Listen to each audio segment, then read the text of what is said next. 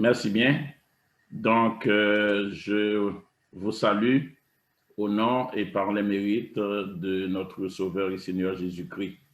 Je remercie Dieu pour le privilège qu'il m'accorde de pouvoir, en ce dimanche d'adoration, vous présenter le message de sa parole.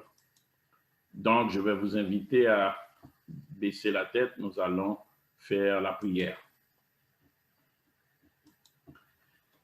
Bon, étant de Père Céleste, nous te disons merci pour ce privilège que tu nous accordes de pouvoir nous asseoir à tes pieds en ce moment afin de te glorifier, de te chanter, de te présenter nos hymnes de reconnaissance et d'action de grâce à travers ce culte d'adoration.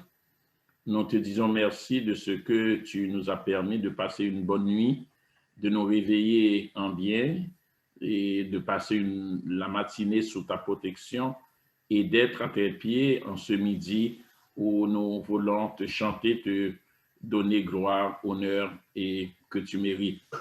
Nous sommes arrivés maintenant, Seigneur, au moment où nous allons écouter ce que tu as confié à ton serviteur pour ton peuple.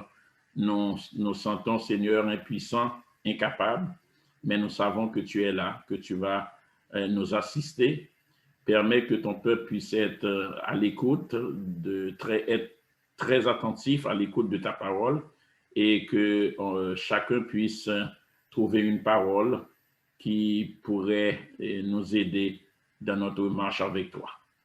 Accompagne-nous, Seigneur, dans ce moment et tout le reste, Seigneur, nous te le confions, tout le reste de ce service et nous comptons sur toi, Seigneur, pour nous assister.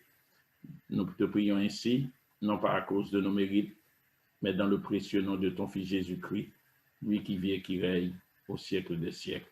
Amen.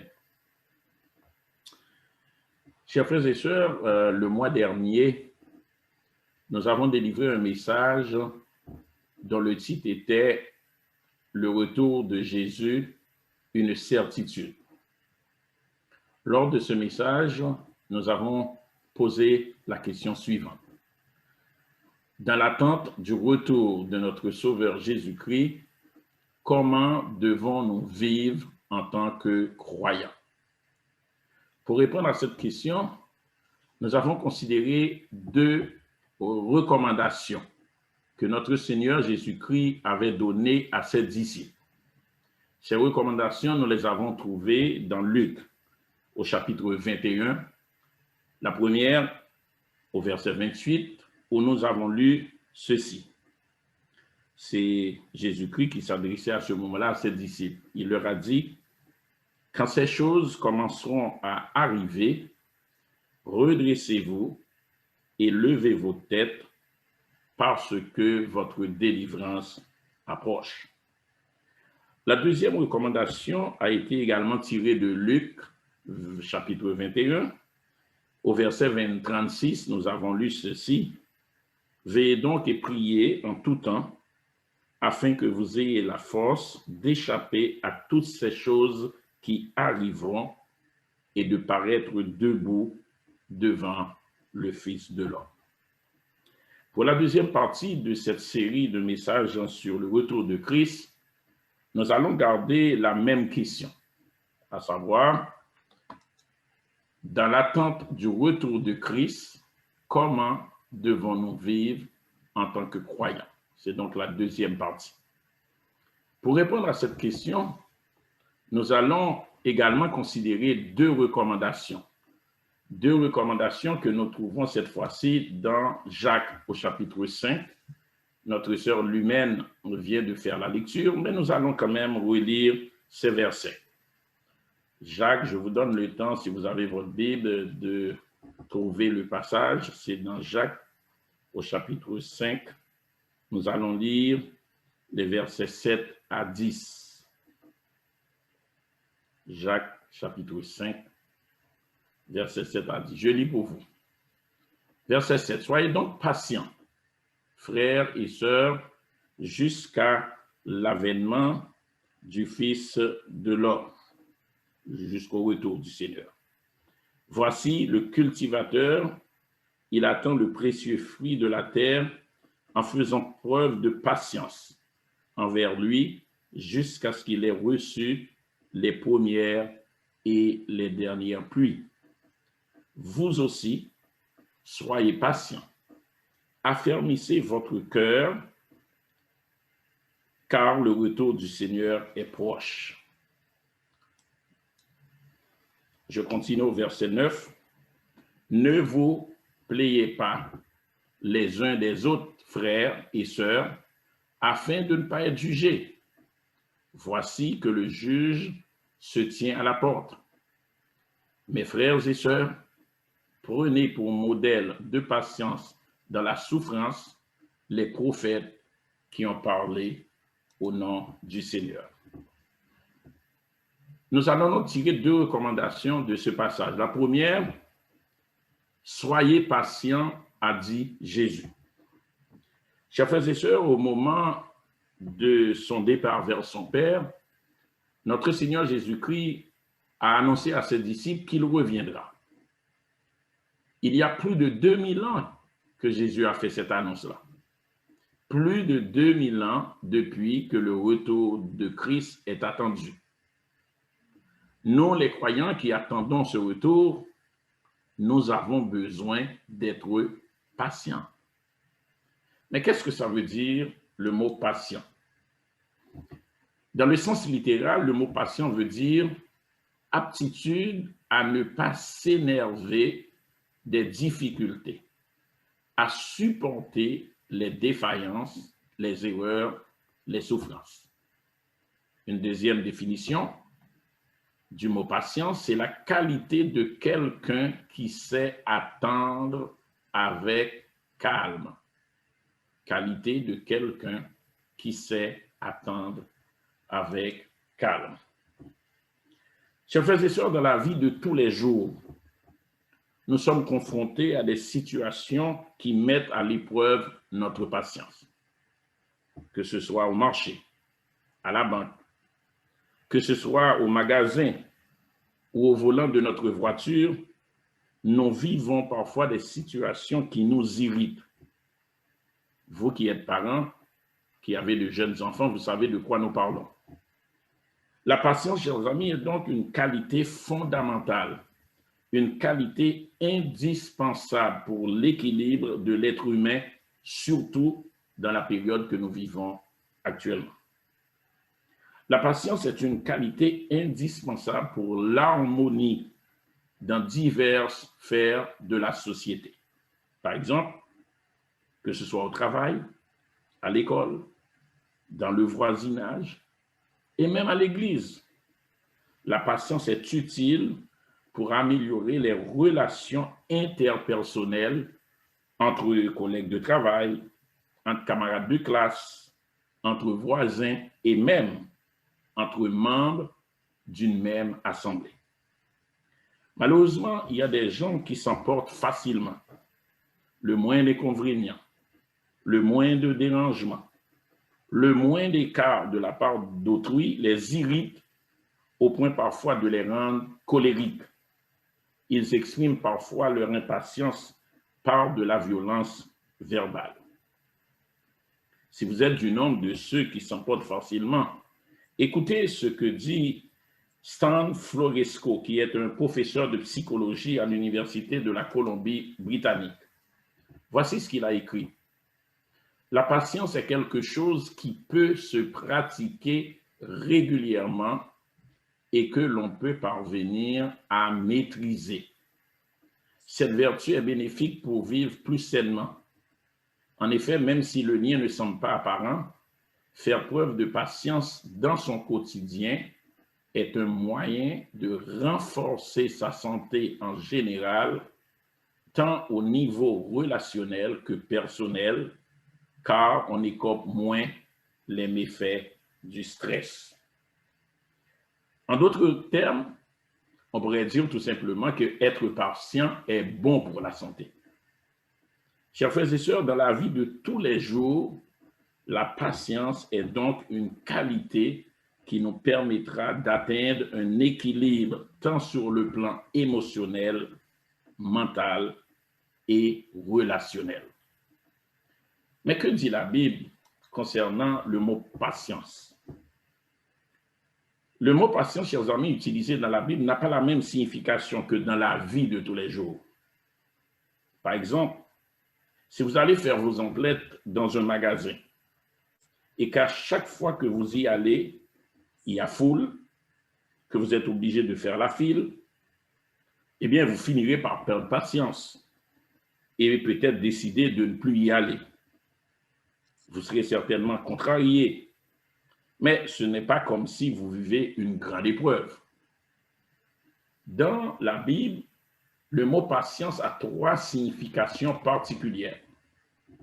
La première signification du mot patience dans la Bible, c'est la patience de Dieu à l'égard de tous les êtres humains. Dans 2 Pierre chapitre 3 et le verset 9, voici ce que l'apôtre Pierre a écrit. Le Seigneur ne tarde pas dans l'accomplissement de la promesse comme quelques-uns le croient, mais il use de patience envers nous, ne voulant pas qu'aucun périsse, mais voulant que tous arrivent à la repentance. La patience de Dieu à l'égard de tous les êtres humains. La deuxième signification, c'est la patience dont nous devons faire preuve les uns à l'égard des autres. Dans Colossiens chapitre 3, les versets 12 et 13, voici ce que l'apôtre Paul a écrit.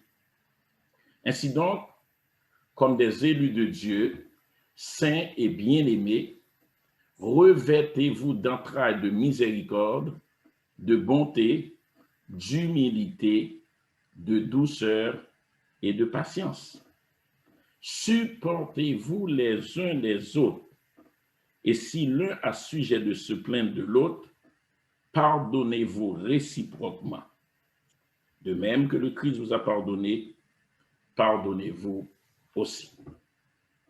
La troisième signification, c'est celle qui nous intéresse dans le cadre de ce message.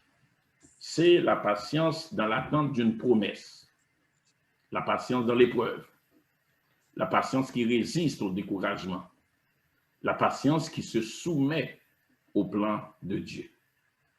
Dans Jacques au chapitre 1, le verset 2, voici ce que nous lisons. C'est l'apôtre Jacques qui parle. Il dit, mes frères, regardez comme un sujet de joie complète les diverses épreuves auxquelles vous pouvez être exposés, sachant que l'épreuve de votre foi produit la patience.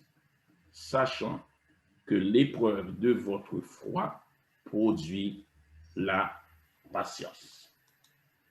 Chers frères et sœurs, la patience est une des facettes du fruit de l'esprit que nous trouvons dans Galates au chapitre 5 et le verset 22.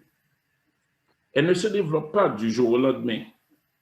Elle grandit à mesure que notre intimité avec Dieu s'approfondit, car la puissance et la bonté de Dieu jouent un rôle crucial dans son développement.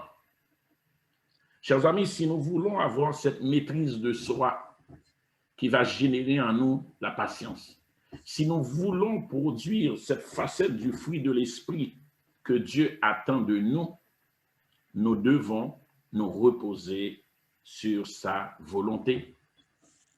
Dans Colossiens chapitre 1, le verset 11, l'apôtre Paul a exhorté les chrétiens de Colosse en ces termes, en leur disant à être fortifiés à tous égards par sa puissance glorieuse, en sorte que vous soyez toujours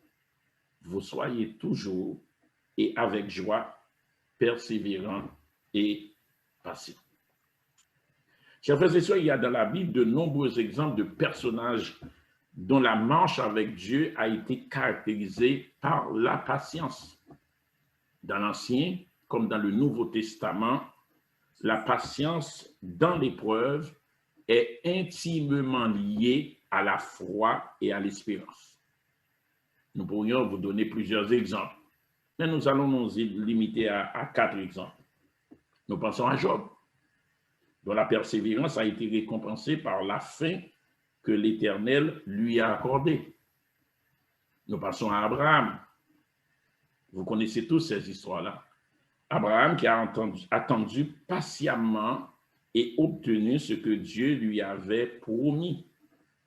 Nous passons à Joseph, à Moïse, à David, qui ont eux aussi attendu de voir l'accomplissement des promesses de Dieu dans leur vie. Mais que dire de l'apôtre Paul? Lui qui nous a recommandé à maintes et maintes reprises d'être patient et qui a donné aussi plusieurs fois l'exemple. Voici ce que l'apôtre Paul a écrit dans 2 Corinthiens au chapitre 6, les versets 1 à 4. Je lis pour vous.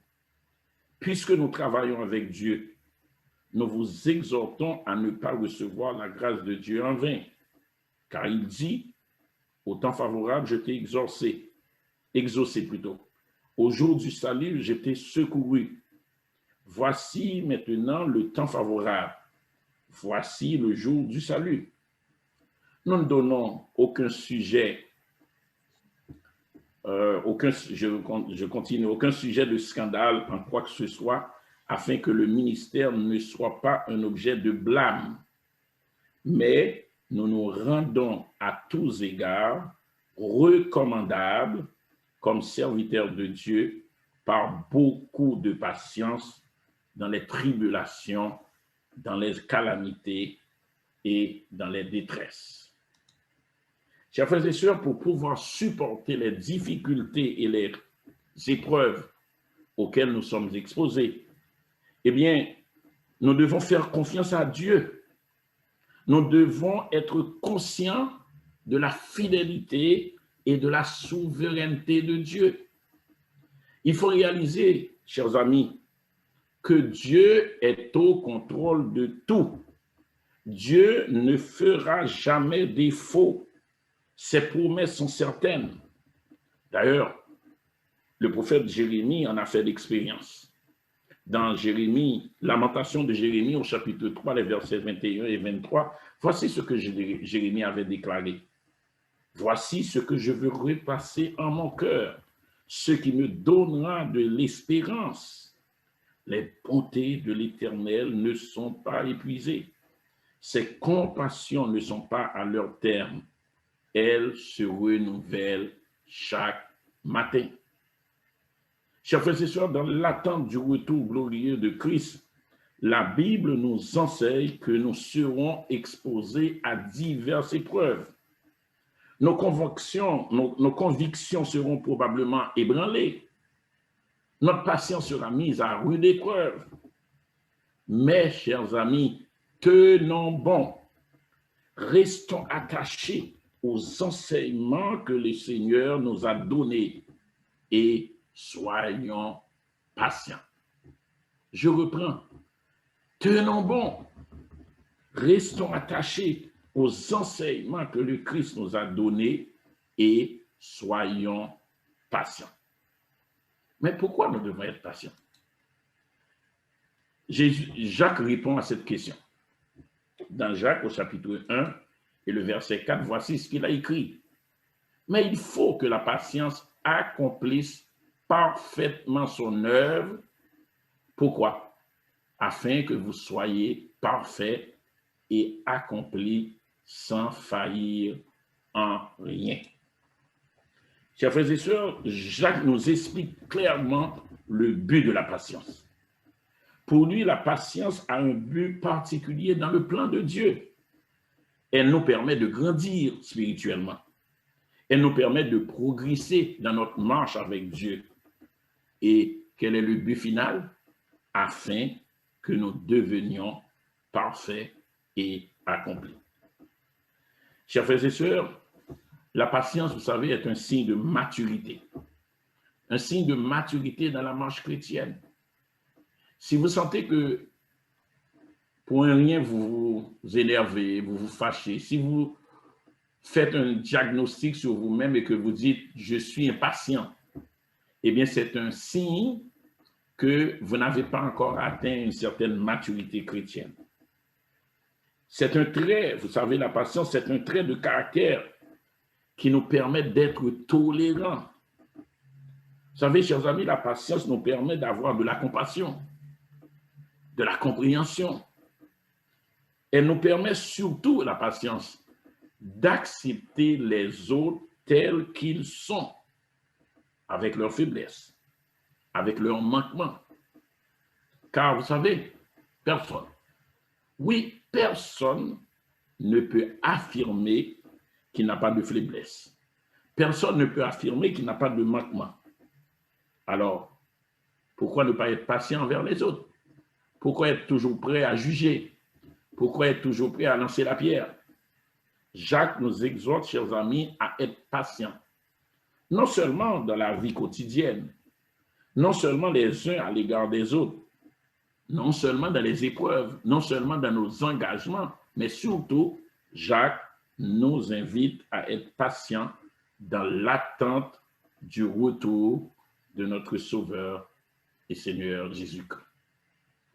La deuxième recommandation que Jacques donne, c'est affermissez votre cœur. Quand l'apôtre Jacques a fait cette remarque, d'ailleurs que nous trouvons dans la deuxième partie du verset 7, que je vais relire avec vous. Dans le verset 7b, voici ce qu'il dit. Voyez le cultivateur. Il attend le précieux fruit de la terre en faisant preuve de patience.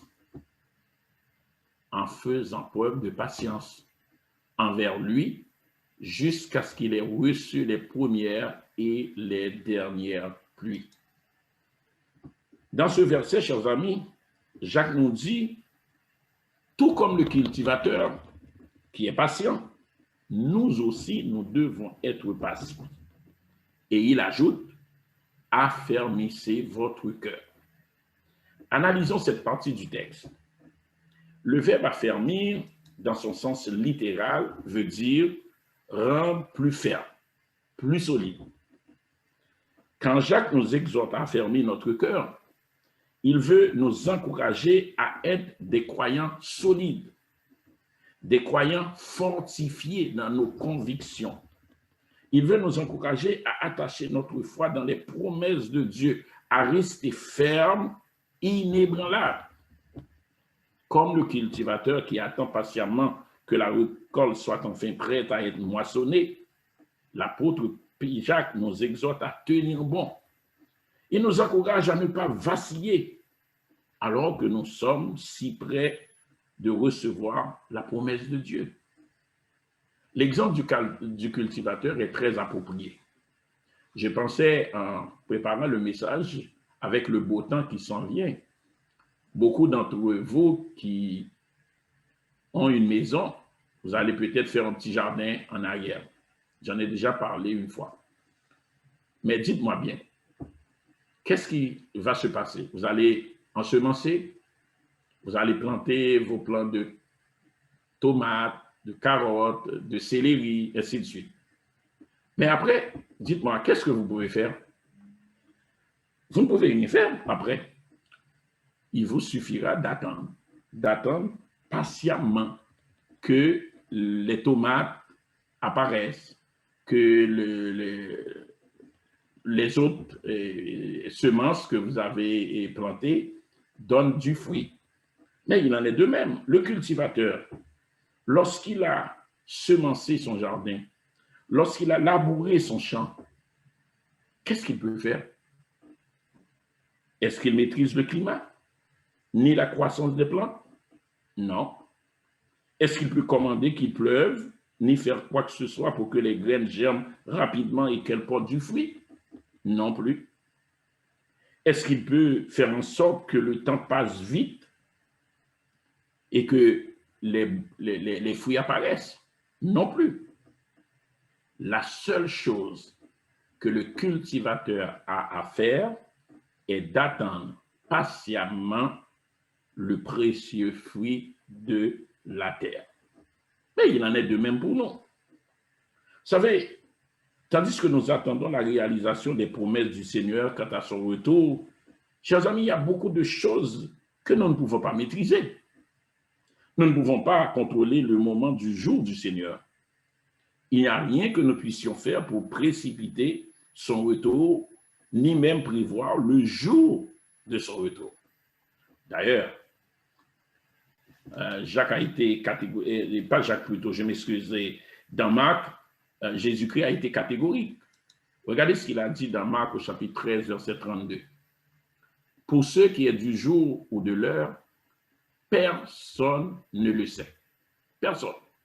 Ni les anges dans le ciel, ni le Fils, c'est-à-dire même pas Jésus, mais le Père seul. Le Père seul. Ainsi donc, s'il est vrai que nous ne puissions rien faire concernant le jour ou l'heure, les instructions de l'apôtre Jacques montrent clairement que nous pouvons contrôler la façon dont nous répondons à l'attente. Ces instructions nous invitent non seulement, chers amis, à avoir un comportement patient, mais elles nous invitent également à rester forts et à supporter les épreuves et les difficultés de la vie. J'aimerais, alors que j'arrive à la fin du message, vous encourager, chers amis, à être patients comme Dieu est patient à notre égard. Soyez patients comme Dieu est patient à notre égard. Vous savez, être patient, qu'est-ce que ça veut dire être patient? Certes, on a défini le mot selon le dictionnaire, mais dans une perspective biblique, être patient veut dire avant tout de croire sans douter que les promesses de Dieu vont s'accomplir. Si vous êtes un chrétien patient, une chrétienne patiente, ça veut dire que vous croyez fermement, sans douter, que les promesses de Dieu vont s'accomplir. Ce que Dieu a annoncé arrivera certainement, mais quelquefois, le résultat se fait attendre, comme son retour. Ça fait plus que de 2000 ans qu'on entend parler que Jésus revient. Il n'est pas encore revenu. Est-ce qu'on va dire, comme certains, il ne reviendra jamais? Non. Jésus va revenir. Mais ce qui va nous permettre de tenir bon, c'est la patience qui va nous permettre de tenir bon et de voir la réalisation du plan de Dieu. D'ailleurs, l'exemple du cultivateur doit nous inciter à faire preuve de patience et à attendre la récolte. Ayez toujours à l'esprit, chers frères et sœurs, que la récolte viendra au temps déterminé par Dieu et sous l'effet des pluies bienfaisantes de la première et de la dernière saison. Mais pendant ce temps, alors que vous attendez, n'oubliez jamais, chers frères et sœurs, que Dieu est maître du temps et des circonstances. Dieu est maître du temps et des circonstances. Pour clore le service, la sœur Lumène va nous conduire dans le chant 104 français, chant d'espérance, où nous lisons « Du ciel bientôt, Jésus va revenir ». Chers frères et sœurs, bien que les circonstances puissent sembler très sombres, nous vivons des périodes sombres. Tout le monde le reconnaît avec le coronavirus, la peur que ça engendre, le stress que ça engendre. Mais sachez, chers amis, que le jour de notre délivrance approche.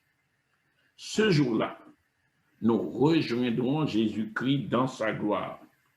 Ce jour-là, nous le rejoindrons dans ce beau ciel, comme dit le chant que nous allons chanter. Voici ce que nous lisons à la deuxième strophe du chant. Dans ce beau ciel, le mal ne sera plus. Plus de douleur, le regard de Jésus. Notre âme, après ce jour, soupire. Mais déjà, la nuit se retire. Le grand matin va bientôt luire, si c'était aujourd'hui. Après le chant, nous vous invitons à prier dans votre cœur. Demandez, chers amis, à Dieu de vous donner cette maîtrise de soi qui va générer en vous la patience. Demandez à Dieu de vous donner la force de surmonter les épreuves et les difficultés de la vie. Chers frères et sœurs, le retour de Jésus est imminent. Même si ça fait 2000 ans que nous attendons, il peut arriver d'un moment à l'autre. Nous sommes tout près du but et dans la perspective assurée du retour du Seigneur, soyons patients et affermissons notre cœur. Que le Seigneur vous bénisse, madame.